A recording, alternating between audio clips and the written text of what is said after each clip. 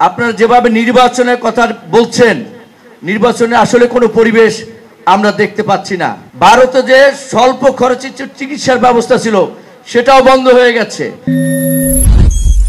পল্লীবন্ধু হুসেইন মোহাম্মদ এরশাদ এই দেশের মহান সংস্কারক, যে সংস্কারের জন্ম না হলে আজকে বাংলাদেশে ধীরে ধীরে এই উন্নয়ন সাধিত হওয়া সম্ভব হতো না। উপজেলা একটা প্রশাসনিক বিকেন্দ্রীকরণের মাধ্যমে ব্যাপক সাড়া জাগিয়েছিলেন সারা বিশ্বে যিনি।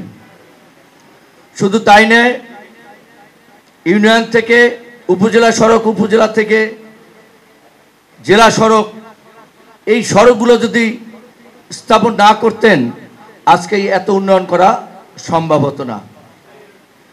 উনি আরেকটি বিষয় মতামত দিয়ে গিয়েছিলেন, প্রাদেশিক ব্যবস্থা।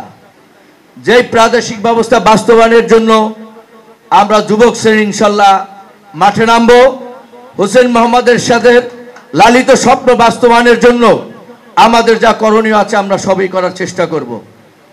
আমি শুধু সরকারের একটু কথা বলছি যে বারবার আপনারা যেভাবে নির্বাচনের কথা বলছেন, নির্বাচনে আসলে কোনো পরিবেশ আমরা দেখতে পাচ্ছি না।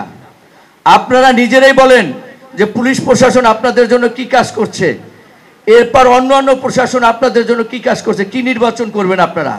নির্বাচনের সুষ্ঠু পরিবেশ সৃষ্টি করতে পারেননি।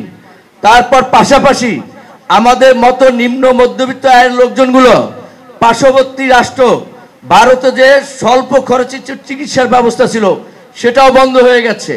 শুধু তাই নয়, ক্ষুদ্র পুঁজিওয়ালারা একটু ক্ষুদ্র ব্যবসা পার্শ্ববর্তী রাষ্ট্রের সাথে করতেন, অল্প পুঁজিতে ব্যবসা করতেন, সেগুলো ধীরে ধীরে বন্ধ হয়ে গেছে। রাষ্ট্রে সমস্ত ব্যবসা বাণিজ্য আস্তে আস্তে বন্ধ হয়ে গেছে। কাজেই নির্বাচনের কথা চিন্তা না করে প্রথমে আপনি চিন্তা করেন এদেশে মানুষের জন্য কি করতে পারবেন, সেই চিন্তা করেন। এবং পল্লীবন্ধু হুসেইন মোহাম্মদ এরশাদের আদর্শ এবং তার কর্মকাণ্ডকে অনুসরণ করে নতুন বাংলা গড়ার স্বপ্ন আপনারা দেখেন। আপনাদেরকে এই আহ্বান জানিয়ে আমি আমার বক্তব্য শেষ করছি।